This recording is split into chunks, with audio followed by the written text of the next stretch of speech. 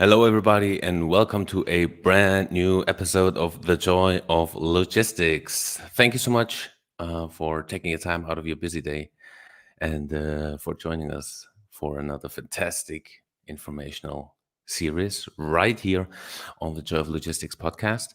And by the way, today we have a fantastic number that we have to celebrate because today marks indeed the 20th episode of The Joy of Logistics, which me personally makes me very proud that so many people are joining in so frequently, taking their time, and are so interested to learn. Be open minded, ask fantastic questions, and yeah, to me, it's a real pleasure. And yeah, so again, big thank you for following me and following the Joy of Logistics series. Now, yeah, for those of you that are joining in or tuning in the first time today, and maybe you're asking yourself, okay, who's this Christoph guy, and what is the Joy of Logistics actually? And that's a good question. So yeah, let me introduce myself. My name is Christoph. I'm your host, and I'm also the founder of the Joy of Logistics series. And the reason I'm doing this is, yeah, I'm now active exactly a decade in the logistics area, and yeah, I've noticed that there are so many fantastic people and companies out there providing a fantastic service for the whole industry at the end of the day. But they're maybe not as known as they should be. Hence, I thought, okay, it's time to create a stage, although it's just virtually. But nevertheless, that's actually what the Joy of Logistics is. It is a stage for like-minded people to come together, to learn, to see, and to open their horizon, obviously, and also to see and recognize new horizons, new fields, potential growth areas, and yeah, then you already have the context on hand, and see, yeah, what you can do, what is possible, and more often than not, it's just some very little things that you gotta adjust, and boom, there you go, right? So yeah, that's in short who I am and what the Joy Logistics podcast is all about. And as you have seen today, we have a special guest and also special topic: employer branding and recruitment in logistics. And now maybe you ask yourself, maybe, okay, but that's not the usual stuff Christoph is talking about with operational things and customer service and different projects and different products and how we can, be more sustainable, how can we grow, how can we increase certain turnaround times, etc. And you're right. Yep, that's absolutely the case. However, we shouldn't forget that especially logistics is a people business, and a company can only be as good as the employees working there. And of course, you don't need just an employee; you require quality people. And since especially in Europe, but I think this also takes place in the US and also in other countries across the globe, people are getting older. Um, the challenges and also the competition for a workforce is growing. It's getting stronger, and hence it is important to know how to attract great people, and also to understand how to you know um, advertise your company values, right? Because obviously people have to identify with you as a company. But um, that was the initial thinking for me behind today's episode. And the guest today, actually, I'm very happy that he's made it. I have the honor and pleasure that we met on the logistics fair this year in Munich. And yeah, he's the real deal. He's the real expert. He knows what he's talking about, and I'm sure you can learn a lot today. So make sure you have pen and paper ready. And yeah, without further ado, I'm happy to welcome him live into our virtual studio. Big welcome to Patrick Simone. There you go. Hi, Patrick. Thanks for joining us.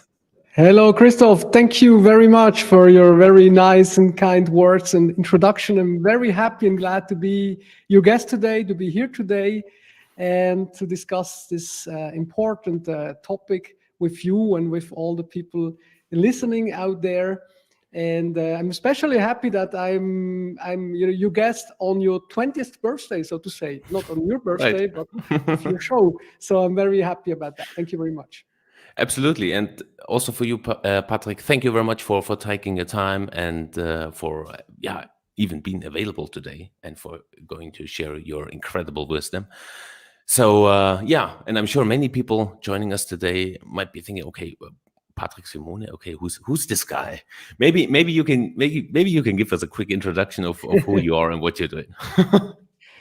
Well, how much time do we have? No, I'm kidding. Of course, a short introduction about myself. As you can read and hear, my name is Patrick Simone, and as you can sense probably from the name, I'm uh, Swiss Italian, not from the Italian part of Switzerland, but I have Italian origin. But I've been born and grew up in Switzerland, and as you know, Switzerland is a very important platform for freight forwarding and logistics.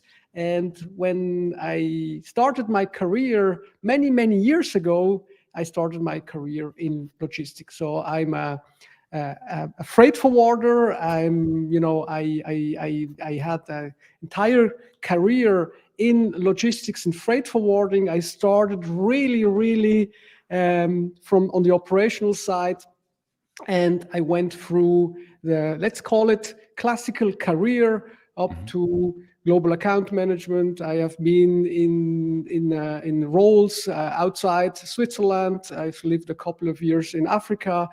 I have the last job I had was sales and marketing Mhm. leader for country organizations, Switzerland and France, for two country organizations actually. And during that time, I developed, let's say, a passion, a strong passion for LinkedIn, for social selling, but in general for digital marketing and sales. And that's where I started to, let's say, develop this passion and learn a lot about this. And when I started introducing LinkedIn and social selling in our company at that time, with big success and with a big impact, which I'm happy to share with you today. Awesome. So yeah, you're the real deal, right? Thank you very much. Excellent. Excellent. And before we're going to dive in, we already have the first comment. Darine from Beirut to Switzerland. Thank you so much for taking the time for joining us today. Yeah, as I said initially, I hope you also have pen and paper ready. And yeah, thank you also for your comment. I highly appreciate it. And yeah, maybe to start off, because we have obviously folks from all walks of life, from all different industries, and although it has been around for quite some time, but each and everybody is understanding a little bit different things under this strange term of employer branding. So maybe you can bring us all at one or on one page, and yeah, tell us a little bit what is employer branding, and yeah, what does it has to do basically with the whole organization, recruiting, etc. Well, as I said before, my background is actually not human resources, and Hmm. that's where maybe some people say, okay, why is somebody talking about employer branding when he's not from human resources or from recruiting? But as I explained it before, I've worked many years in leading positions, and I have employed many, many, many people throughout my career. So I have been doing recruiting a lot, and in collaboration, of course, usually with the human resources people and team. Hmm. Now, because I worked in sales and I worked in marketing, my goal has always been to promote the company to win customers. Hmm. And when I started implementing social selling in our company about 5 years ago, and Hmm. which the company I left then 3 years ago to build my own business, I realized one thing is that we were increasing our visibility on LinkedIn, Mm-hmm. on social media in general, but today I have a very strong focus on LinkedIn, and that's why I want to focus on LinkedIn. We Sure. started to have a more visibility on LinkedIn. We started to post on a regular basis. The company started to post, the company page, the people started to post, and we started to be more visible Mm-hmm. on the market. And Mm-hmm. that visibility not only gave us a visibility to our customers and potential customers who have like basically every day they got like a, like a maybe a little insight or a picture or Mm-hmm. a tip from our company. Mm-hmm. And that visibility went much further than just our customers, which were our main target Mm-hmm. audience, of course. We started to attract people who were looking for jobs. And it was not like just people who, have been unemployed for 2 years and like desperately trying to find a new job. We Mm-hmm. attract people who were actually working for some of our main competitors. And that's a very, very important point. We didn't go after them. They came to us, say, hey, Patrick, we have seen that you're doing this and that. It looks like you have a cool team. It looks like you're a great company. You know, just between you, in case one day you're looking for somebody, please let me know. Wow. And that's Mm-hmm. when I started to learn the side effect of social selling.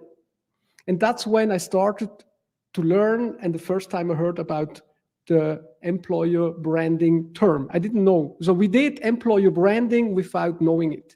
So to answer your question, what is employer branding? At the end of the day, it's nothing else than promoting an authentic brand Mm-hmm.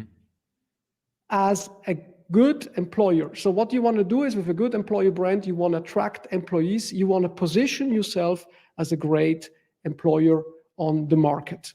That's what is employer branding. Wow. And I'm really amazed by the fact that, this wasn't even like your first focus group or your target basically to go also after people. But it's interesting to see that, just by making yourself visible, authentically, of course, what leverage it has for the whole company as such, not just on the customer's perspective, but also on the human resource side. Wow, that's really amazing. It's really amazing. Thanks for the share. I highly appreciate it. So, with regards to becoming more visible, and as you alluded to, I will also focus with my question on LinkedIn. But with regards to what you already mentioned, by becoming more visible and posting some advice, some pictures, maybe some success stories. I don't know. Um, is there anything where you say, okay, are there certain key factors that you would say, okay, the most important thing if you start doing this is X, Y, Z, and are there also some potential red flags? Well, it's a great question actually, because I mean there are a lot of many things which you can do wrong, but there are also many things which you can do right as a company, of course. Right. Now, in my opinion, what many companies do wrong, they do employer branding. Hmm. They do it, it looks nice, it is nice, but they do it too perfect. What I'm trying to say is they basically create a marketing campaign, and call it employer branding. Hmm. And Hmm. of course, it's, there's nothing against it. Of course, you can do it, but it is not coming across very authentic. And that's the key point. Now, Hmm. Hmm. if you want to do real employer branding, you need to involve your own employees. And let me get to a little bit more details around that. If I do an employer branding campaign with HR and marketing, and we promote that we are the best employer, we have this and that benefits, etc., that's great. I'm not saying you should not do that, but let's say that most of the people and most of the companies are doing that. So how do you stand out? I mean, everybody's telling you that they have great values. Everybody's telling you that they have great benefits for the employees, and they can work from home or whatever. All the Right. companies have more or less, let's say, similar benefits. But how do you really stand out and attract the people which are matching exactly your values? Hmm. That's through your own employees. Because there is nothing more authentic to communicate behind the scenes stories Hmm. through the authentic voice of your own employees. So I give you an example. Hmm. If I'm an employee of a large or mid-sized company, doesn't matter, and I am at an event today, at a company event, I post a picture, for example, and I write, hey, today I was, at this and this company event. It was great. I met all my colleagues. I did this, we did that, and I'm very thankful about, to have such a great employer. Hmm. And I'm happy that I'm working here. I've been working here for the last 10 or 15 years, whatever it is. It comes across much more authentic. But it's very important. It needs to be authentic. So you can only be authentic, or your employees can only share that voice if they also feel Right. that they are happy. If they are not happy, they will not share that they are happy. To the contrary, they will share actually that um, they will share that they are not happy. So everything starts with making your employees happy. Okay, Right. and then Hmm. if they are happy, you have to give them the opportunity to communicate it to the outside world. And many companies are not using this Hmm. massive potential. Wow. I really love the way that you just shared this example, and I believe that the story that you just told us, I think everybody can relate, and this also makes the whole topic more tangible, I would almost say, because everybody can relate. And okay, that's what he's intending. And oh wow, okay. And yes, I'm indeed with you. And that's actually something kind of funny, because most of the time, as you already alluded to, you can take random posts or random announcements for whatever company in whatever industry, promoting more or less the same thing, competitive payment, or salaries and this and that and etc. But almost none of them are there to make a difference, or tell the reader, hey, why are we different than the company where you read exactly the same text just 2 minutes ago, right? So the and oftentimes what I've also seen is, it just looks more like some sort of a catalog, right? It's just too clean, oh yeah, everything Mhm. is new build, and you have your regular 8 to 5 or whatever you're looking for. It doesn't really matter, but it's just, and I think that's what you mean. It's just, I would say, too polished. There are no edges. Or am I wrong? You can correct me if I'm on the You wrong are on, you on the are wrong path absolutely here. right. I mean, it's not wrong, but it's sometimes too polished, as you say. And you can compare it to the company's values. Let's take that. Hmm. Hmm. Every company have their own values, right? And Hmm. usually you arrive at the reception, you walk through the hallways, whatever of the company, and you see the values 1, 2, 3, whatever they are. I'm not saying they're good or bad, but whatever they are, you see all the values. But Right. what people want to see, by the way, and future employees and talents, but also customers, they don't want to see, that you write down the values. They want to Hmm. see that you as a company live the values.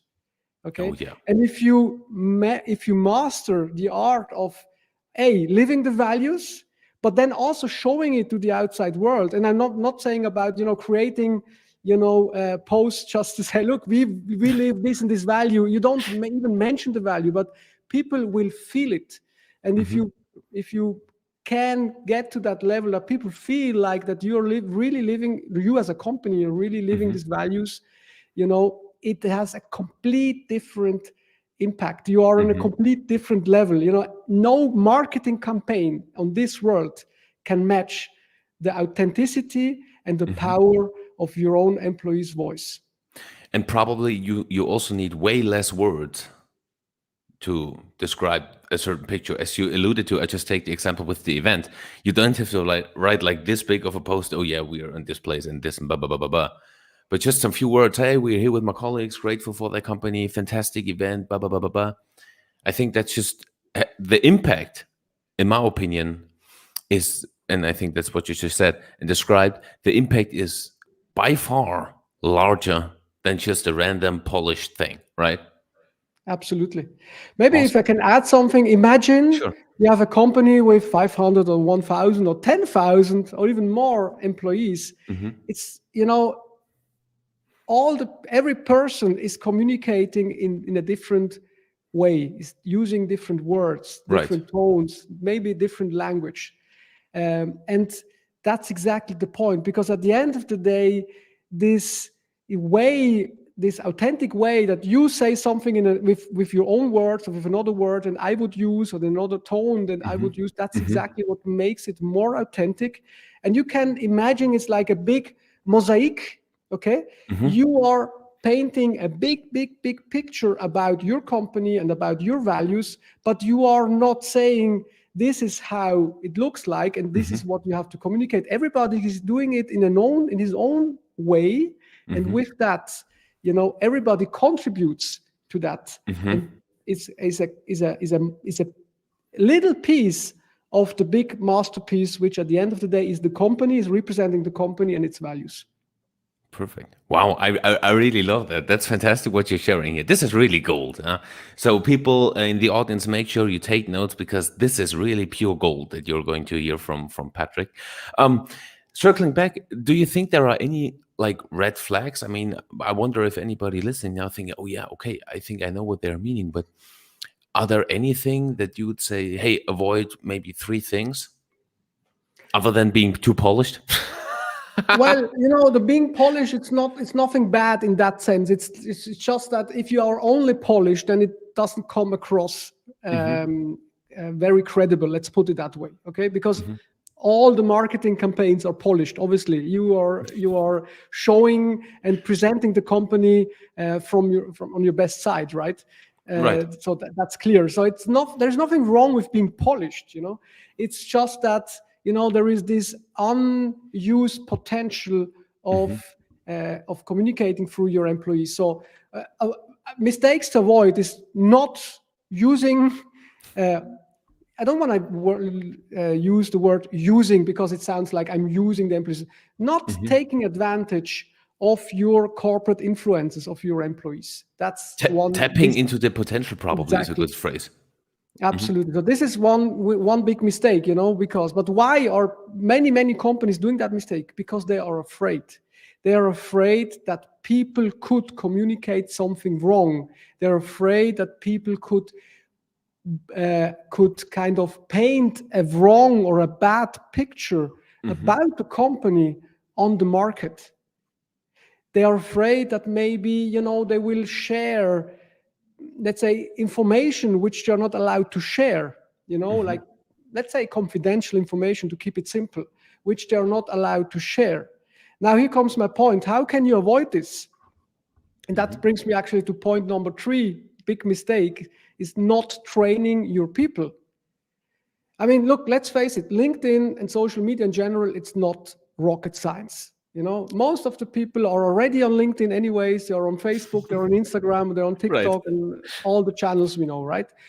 People are using it anyways, but it is the responsibility of the company at the end of the day to make sure that people are trained, that they know what they are allowed to do, what they're not allowed to do. And I'm not talking about just implementing social media guidelines, which most of the companies have already, because social media guidelines are just limiting the let's say the space of the employees to share. So they, usually the companies do the big mistake that they implement social media guidelines.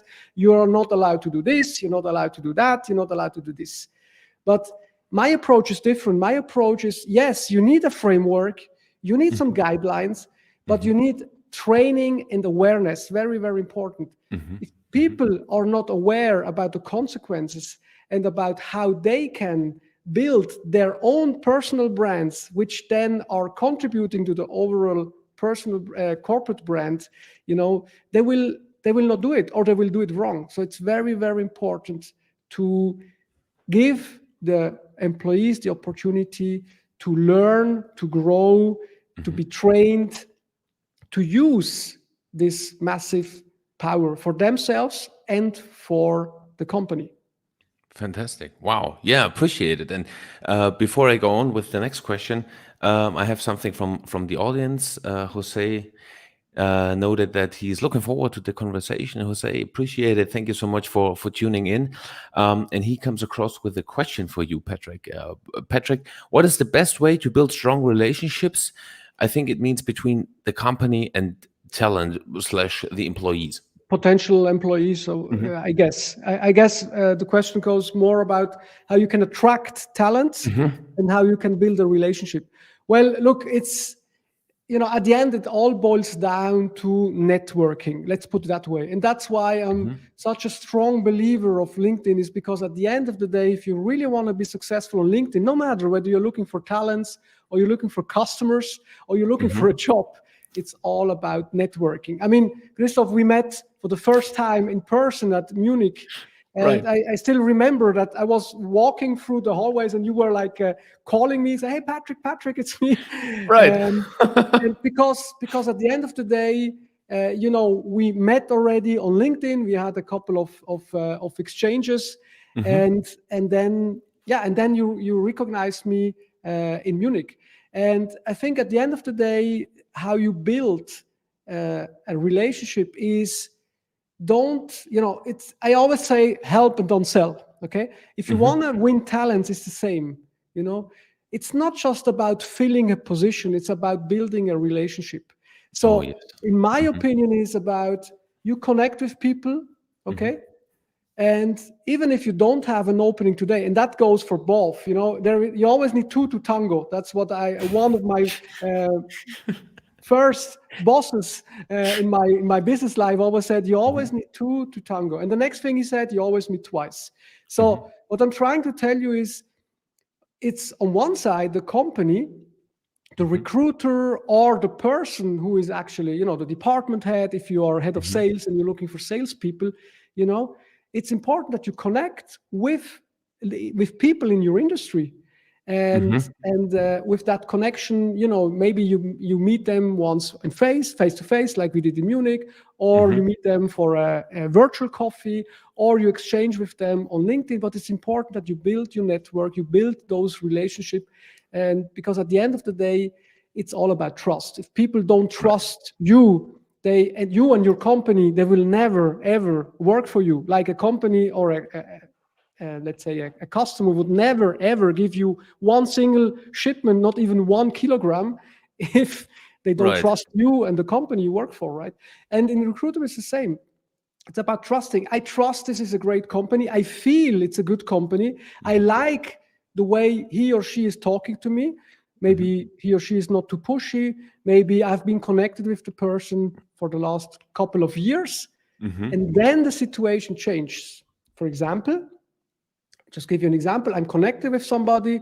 I exchange from time to time, I exchange from time to time, on LinkedIn. And now, fast forward in 2 years, the person is looking for a job. Okay.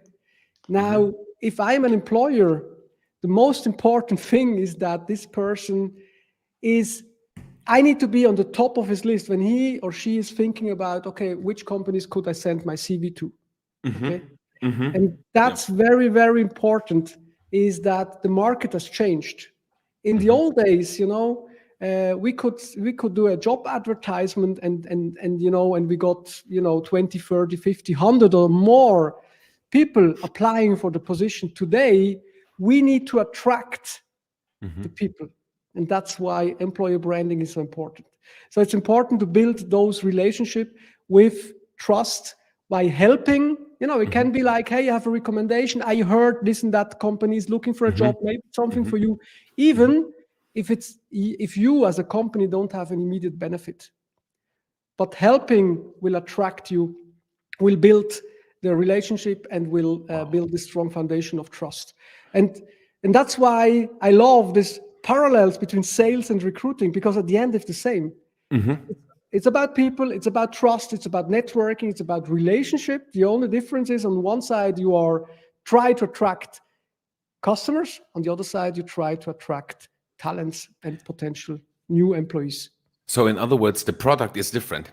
You're still in the sales process, but the product is different. Although I don't want to indicate that a human being or an employee or potential employee is a product. That's not what I'm intending to say. But Yeah. very important when you say the sales process, and I'm also a strong believer of selling without selling. And Hmm. that's why I love social selling, because if you do it right, Hmm. customers will come to you and not the other way around. Right. And that's exactly what is working with employer branding. Now, imagine if I do that on my own, Hmm. so one person um, business or Hmm. two-person business. Now, imagine if you have a company with 1,000, 2,000, 5,000, 10,000, 50,000 employees, and they are all kind of trained to, you know, work with LinkedIn, Wow. do certain things with LinkedIn, do certain posts, and promote the company as a good employer. Imagine the impact you have on the market. And now think, I believe there is somewhere a study that says that everybody knows at least 10 people.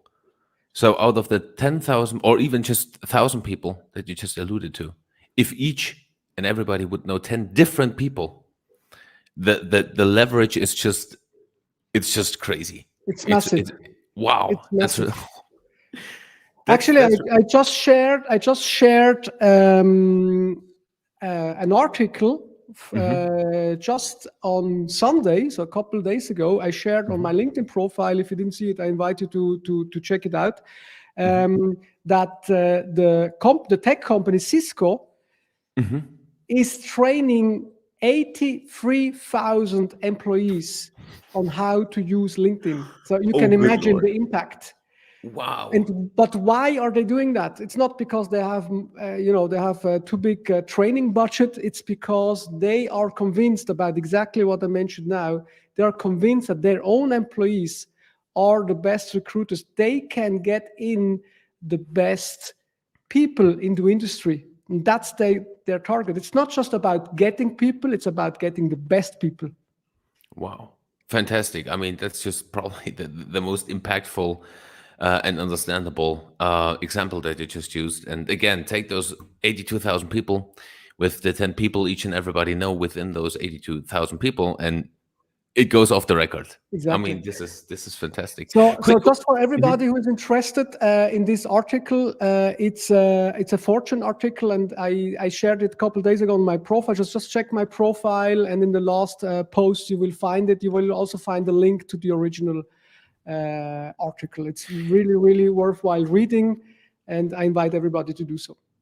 And quick information, in case you're not following Patrick Simone already, now is high time to do it. But wait until after the podcast because you got to note down some more things. No, jokes aside. But yeah, continuing also with the questions. You said initially, yeah, you're focusing on LinkedIn, and I can already hear people thinking, oh, why? I mean, TikTok is so fancy, and Instagram is the hot thing, and um, LinkedIn isn't that too conservative? I would say, isn't that maybe too dull? Are the people we are looking for, are they even on LinkedIn? What would you tell those people, Patrick? Well, look, at the end of the day, my recommendation is to focus on the network and the Hmm. platform where your potential employees and talents and customers are. Hmm. And LinkedIn with close to, or actually over 900 million uh, members Hmm. worldwide. So we are close to 1 billion. Is the place to be. Let's put it that way. Now you mentioned a word which you mentioned, a conservative platform. Well, let me say, I would say we are working in a conservative industry. So in logistics, and LinkedIn is a perfect match. But jokes aside, of course, you can also be active on other platforms like Hmm. TikTok or Instagram or Facebook, Hmm. etc. But Hmm. at the end of the day, LinkedIn is the largest and, in my opinion, most important business platform in the Hmm. world.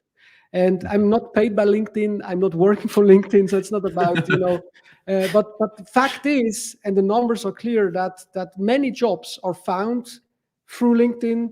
Many people are recruited through LinkedIn, and Hmm. LinkedIn is 20 years old. It Hmm. belongs to big company, which I'm sure you know, it's Microsoft. So it's not like a startup which maybe today or tomorrow will disappear again. So for me, Right. it's a company, it's a platform, it's a business network which will become stronger and stronger every day. And young people, uh, from very young people to older people, they're all on LinkedIn. Actually, by the way, in 2 weeks time, I will be holding a session with a group of young students, because they want to learn how they can create a profile on LinkedIn and create a network on LinkedIn in order to create for themselves better career chances. And this will be more and more young people will join the platform. And with that, for me, it's clear that's the way and the platform to connect and to network and to build your network. Excellent. I appreciate it. And before I go on, I have to dive real quick also into our comment section from the audience. And I hope I pronounce her name correctly. We have Lily Abdel Malik asking, does it come up? Yeah. Patrick, I have a question, please. Do you think LinkedIn is the best source to use to find candidates in the logistics industry in Germany, especially for the lower positions? That's a great question, and of course, okay, I'm not sure what you mean with lower positions. I mean, we are talking, or I'm talking now specifically or mainly, let's say, about administration jobs. Okay, and from desk operator to CEO, let's put it that way. Most of the people are on LinkedIn, and especially in Germany, yes, as well. And just for the people listening from Germany, probably you will ask yourself whether it's better to be on LinkedIn or Xing. In my opinion, LinkedIn has a brighter future, especially on especially in Germany, because it is very international. So you can also, create networks which are outside the German-speaking, let's say, boundaries. But if you're looking for other positions like warehouse operators, like drivers, etc., probably it's difficult to find them on LinkedIn. Excellent. Lily, thank you so much for your question. Highly appreciate that. And I hope Patrick's answer also answers your question. In case you mean anything different with lower positions, please let us know. We are still live, so we are still able to tackle those questions. I appreciate it. Thank you. And then I want to jump over to Brent. Brent, thank you so much for joining us. And Brent is stating LinkedIn is one of the fastest growing social media companies. It isn't just for business purposes, it brings educated people together for common goals. I post mainly educational information and study the supply chain so I can understand future costs. Thank you, Brent. Excellent. And that's at the end, it's the way to go, because many people are doing the mistake that try to just sell on LinkedIn. And I'm not talking just about selling, getting customer, also selling let's say, the benefits as a good employer to get candidates. But at the end of the day, that's what I meant with helping, is sharing some insights, storytelling, sharing some tips about your own experience. That's what is helping other people. That's what is inspiring other people. And people who feel inspired and helped, they will remember you whenever they will be in the situation that maybe they look for a job, or maybe they look for a freight forwarder or a logistics company, etc. And that's the goal. You want to be there on a regular basis. You want to be remembered as a person or company who helps. And with that, sooner or later, whenever they are need, they will come back. You want to be on top of their, let's call it, wish list. Fantastic. And just a quick question here. I'm sure one of the listeners maybe ask himself also, okay, I understand that. Okay, I also understand how important, or the potential importance of employer branding, but is there a difference, is there a difference between employer branding and employee branding? because that's also a term that you hear quite often, where you hear and read all kind of people promote, whether on YouTube or on LinkedIn. Hey, you got to promote yourself. It's so important. And blah, blah, blah, blah, blah. What's your take on this one, Patrick? Well, the employee branding, or like usually you call it like your personal brand, or you can call it your professional brand. Yes, it's important, and it's a different thing, because employer branding, it at the end of the day, it promotes the company as a good employer, right? The company as such. Now, the personal brand or your employee brand is like your own brand, which means that it's your own personal reputation. Now, why many people are connecting it? Because through a strong personal brand, you can, of course, promote the employer brand, or you can promote your company as a strong, as a good employer. So let me give you an example. If I'm employee of a company, and I have built my personal brand, what does it mean? It means that I have a relatively large network, for example, on LinkedIn. I know with that many people trust me, because I'm visible, because people, because I'm sharing some insights, I'm sharing, maybe also some information about the company. I can use, or basically through my personal brand, I'm promoting indirectly the company. And that's what I call selling without selling. It's not like, hey, come to work to us, we are the best employer of the world. It's more like, hey, I'm happy, I've been working here for 10 years, today we did this and that, whatever. And people will read between the lines and say, hey, this sounds like a great company. That's the difference. So it's more about personal brand. But in other words, the bigger the personal brand, the larger the leverage, or the potential leverage for the company. Is that correct, or is that too easy to assume? No, that's correct. That's correct, because how do you measure a personal brand? It's difficult to measure. At the end, it's your True. reputation. How do you measure Right. your reputation? It's trust, it's people, it's network size. It's difficult to measure it. But the stronger, let's say, your personal brand, the better, let's say, the potential for the company to leverage. Okay. Now let's turn it around. If you talk about your own personal brand, one day maybe you are looking for a job. And then with your strong brand, you can, of course, leverage the relationships you have built, leverage the brand you have built, and you can, let's say, plan or create your next career step. Appreciate it. Thank you. And before I go on, I want to bring the next comment from Lily. Lily said, thank you to your explanation. Yes, I meant mostly drivers and warehouse associates. Which sources would you recommend for those roles instead of LinkedIn? Yeah, very, very good question, and also a very difficult question, because everybody's looking for exactly those people. Of course, Yeah. we know that. At the end of the day, I have to say that I work with a couple of companies, and we have been using a lot, for example, specific recruiting platforms, but also, for example, Facebook or Instagram can be a very good source, because most people are on that platforms, even if they don't admit it. They consume the information that platforms. And then if you can, there is a different approach, because it's not a networking approach, there is more an advertising approach. But if you see that company XYZ is looking for a driver, and I am a driver, and maybe at the moment I'm very unhappy with my job, and I see this advertisement, the potential is high that I will click on it and maybe have a short and I will look at more information. So I would recommend there also other social media platforms. Very important still, don't underestimate the power of LinkedIn, even for those roles, because if I know that you're looking for a driver and I have a driver in my family, even if he or she is not on LinkedIn, the potential is high that I would say, hey, I've seen that Lily is looking for a driver, and you may want to reach out to her, for example.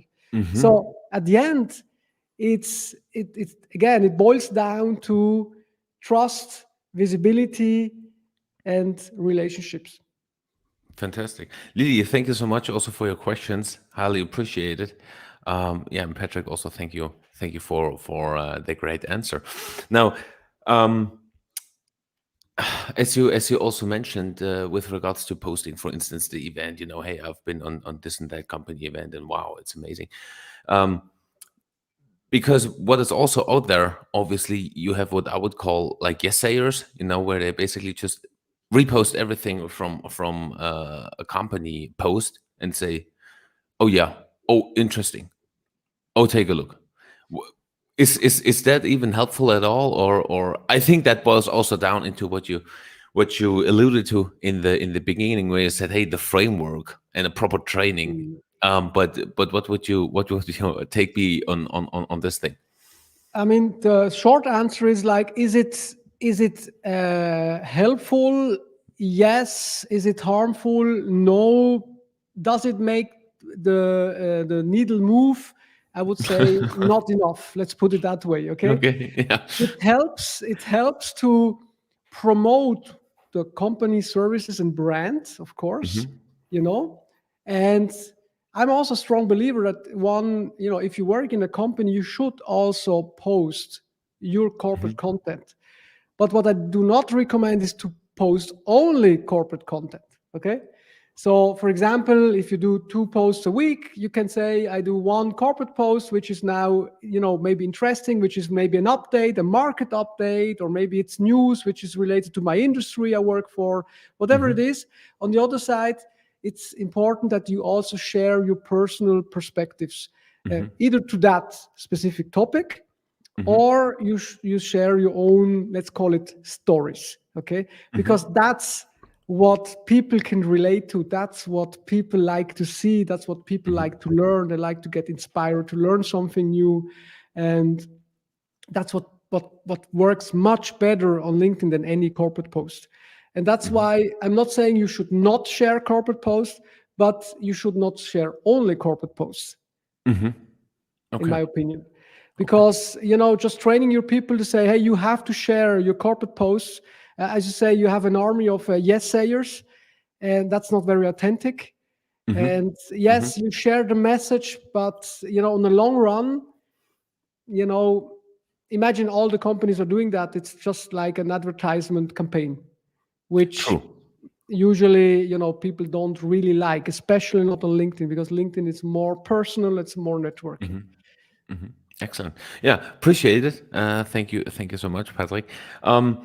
Maybe also another question, since of course we already stepped into the informational age, so to speak. Not much people are buying anymore the printed newspapers, etc. However, I wouldn't be surprised if there are still um, companies out there that say, "Oh, okay, yeah, yeah, all this internet stuff, and is this really quality? I still want everything on paper, and I don't trust this thing. Maybe that's intangible for me, and I don't have the time, and etc." Maybe they would ask you, Patrick, how important is the employer branding, I would call it, meaning how important would you say is being active on LinkedIn, for instance, and engaging? And of course, you already mentioned the big leverage that a company could gain, but is there maybe something else that you would advise? Well, there are many different strategies which you can run, of course. For me today, having a strong brand Hmm. in the digital landscape is extremely important. It's the foundation of everything.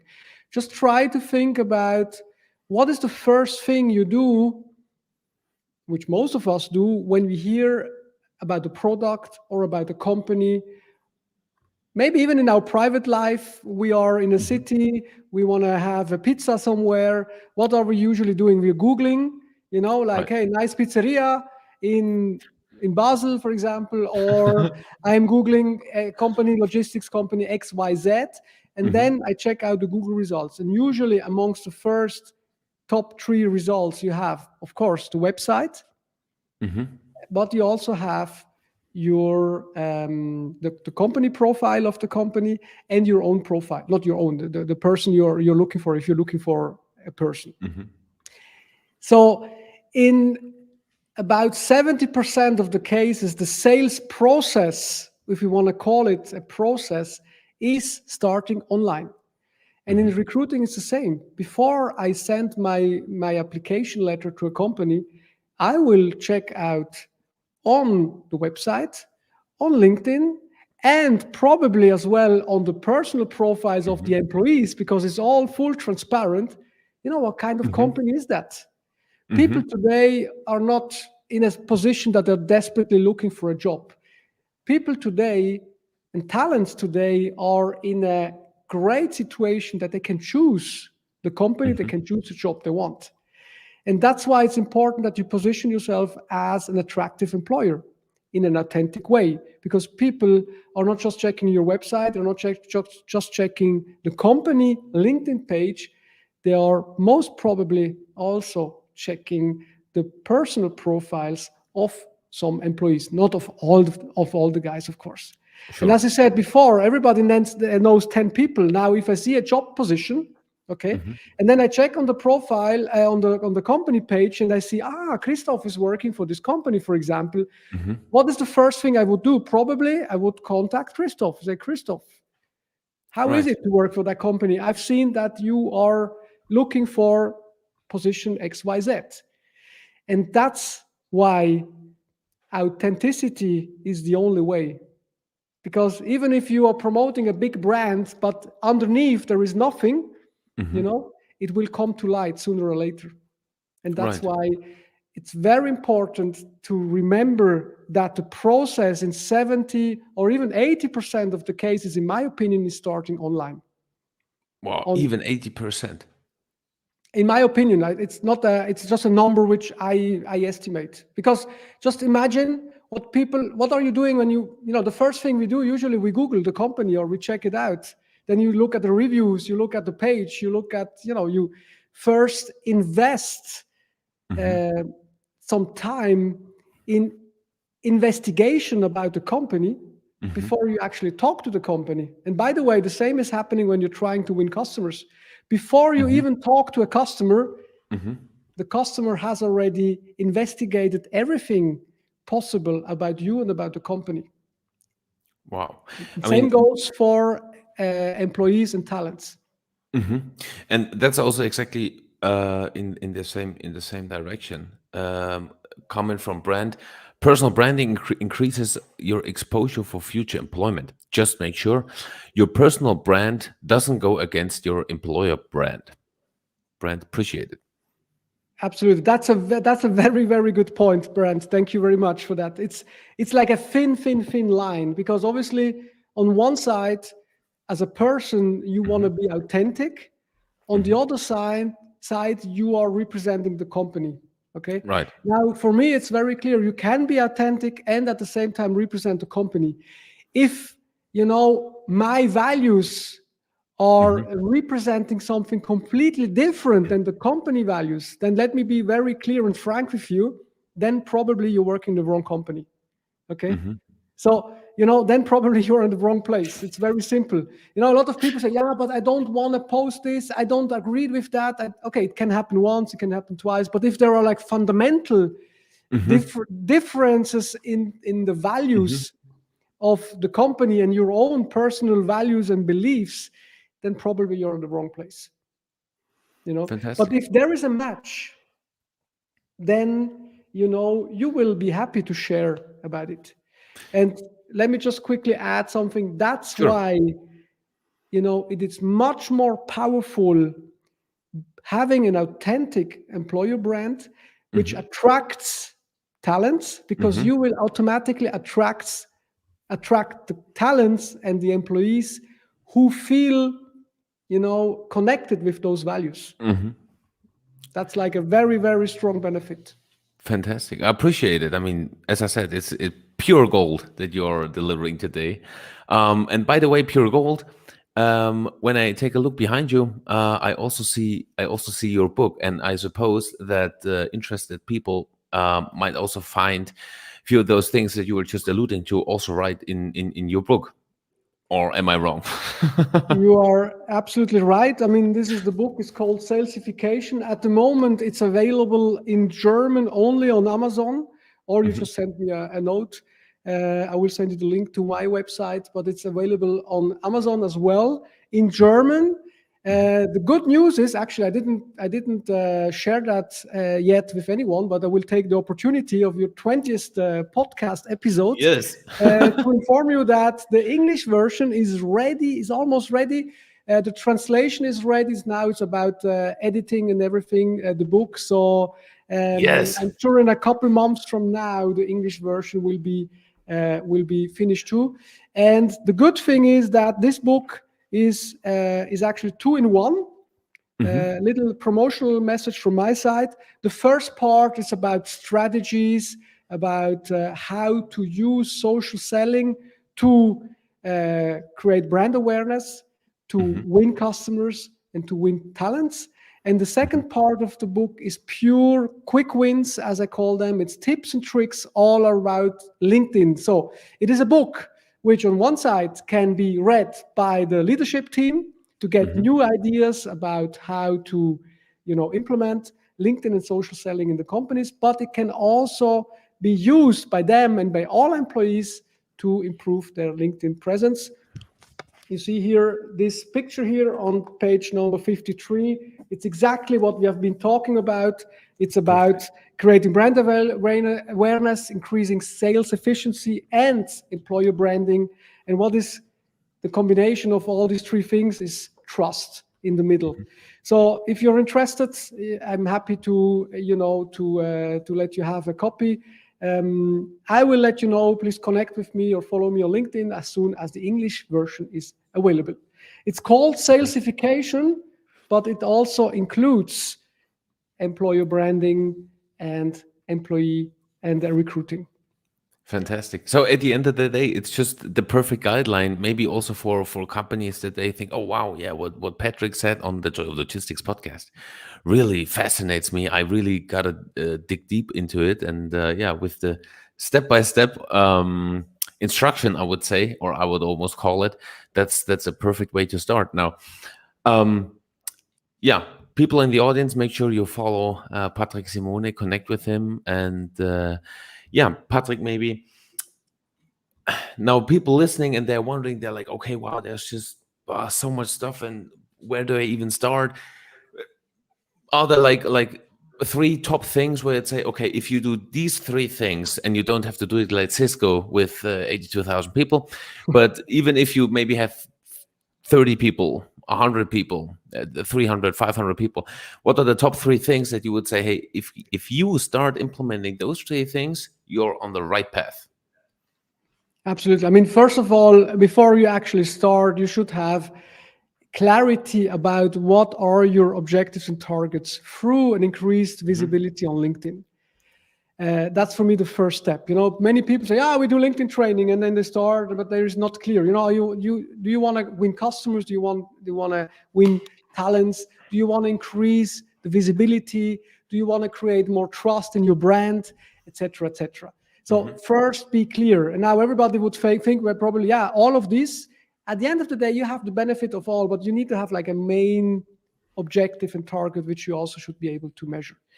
Then I would strongly recommend to start with the leadership team. Hmm. Don't start training at training and training all people. Start with the leadership team, because those are the most important influences in the company. Those are the people who have the most relevant and impactful relationship with Hmm. customers, with potential employees, with competitors, etc. So it's very important that the leadership team, first of all, buys into the idea, Hmm. accepts it, and very important, not just provides the budget for training, because the training is one side, but also are leading by example, okay, and are not killing the whole thing by a simple statement. around the coffee machine, like, ah, you and your LinkedIn. I had this in my previous life, like, ah, you and your LinkedIn, anyways, it doesn't help us, and what are you doing? I can Fortunately, relate. fortunately, I had a boss which I'm very, very thankful, which trusted me and gave me really the space to live, so to say, my dream, so to say. But it's important that you have the entire leadership team convinced. Not everybody needs to be 100% convinced, but at least they need to say, okay, this is the future. We will do that, and we will support it. And then the third point, for me, very important, is, as I mentioned before already, is providing training. So increase the training. Maybe start with a pilot group, depending on the size of the company. Start with a small group, and then form like your own army of recruiters and of corporate influencers, so to say. Because if you have a small group which is very active and visible on LinkedIn, they will motivate more people to join. Hey, I've seen you do this. How do you do that? And with that, you can improve and increase. So go step by step. By the way, all of this is also mentioned in my book. In the handbook, so to speak. So that's the top three. That's so to say the top three things, priorities I would recommend to any company when they start. So to summarize, so we have number one, create clear objectives and goals that you want to accomplish. Number two, start with the top first, meaning starting with management. And number three, then the proper training comes afterwards, correct? Exactly. Number two is like creating really awareness and buy-in, and then only after that starting with training. Now, that's not number four, but something which is in parallel to whatever you're doing is the cross-functional collaboration between the various departments. Because this is not a sales thing, it's not a human resources thing, it's not a branding thing. This is, encompassing the entire company, all the function. That's why it's very important, and that's why I usually start with the management team. It's important that people are aligned. People, break the silos, and that people are working together and not against each other. It's very typical that sales is working against marketing, marketing and sales, etc., etc. Now here we have another department, which is HR, and that's why it's very important to have open communication, to have clear objectives, and to collaborate and not together and not against each other. Fantastic. With that being said, Patrick, it was a pleasure having you on. We already, we are at the 1 hour line. So once again, I want to thank you a lot for taking your time and for sharing your golden advices for today. And also, I want to say a big thank you to each and everybody joining us today in the audience, and for your fantastic questions. As always, it was a true pleasure being your host and having everybody in there. Now, in case if someone maybe also later on is listening to this on audio, and they're like, oh, wow, what Patrick is saying, amazing, didn't even think about it. How can they reach you? How can they get in touch with you and ask some further questions? Well, of course, the easiest way, as you can imagine, is just LinkedIn. So you just type in my name into LinkedIn and you will find me. And you connect with me. Maybe what would be nice if you just mention, in the short note that you have listened to the podcast, whatever, that I know where you're coming from. And then, I'm very, in my corporate days, I was always saying my office door is always open. in this today, as in my LinkedIn profile is always open. You connect with me and we exchange, we can jump on a call or whatever, for sure. But just following me or connecting with me, I'm sharing daily posts, daily insights about all kinds of topics, mainly all around LinkedIn, social selling, employer branding, etc. So by just following me, you will see already many things which you can learn, or sometimes which are motivating, or which are giving you new insights. And that would be a pleasure to meet you on LinkedIn. Excellent. Appreciate it. And to everybody listening, in case you want to also learn more about what's going on in logistics, make sure you follow the hashtag Planet Logistics right on LinkedIn as well. And other than that, I want to say once again, thank you to each and everybody joining us today. And with that being said, wishing everybody a fantastic day and going to see you next time for another round of the Joy of Logistics. So appreciate it and have a great day. You take care.